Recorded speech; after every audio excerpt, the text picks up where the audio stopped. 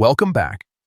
Today, I'll show you how to find all your gaming app, search history on the Facebook app on PC after the new update, and it only takes a few minutes.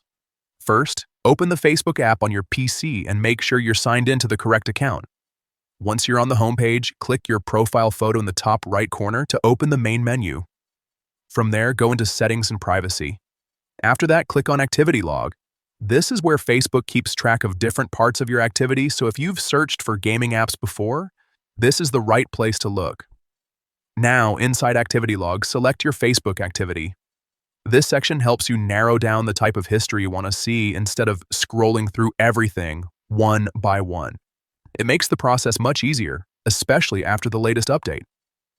Next, click on Facebook Gaming. If you don't see it right away, take a moment to look through the available categories carefully. Facebook sometimes places options in slightly different spots depending on the update, but the gaming section should still be there under your activity tools. After that, enter your gaming app search history. This will show the searches connected to your gaming activity, including the apps and related content you looked up before. Now you can review everything in one place and check the full list whenever you need it.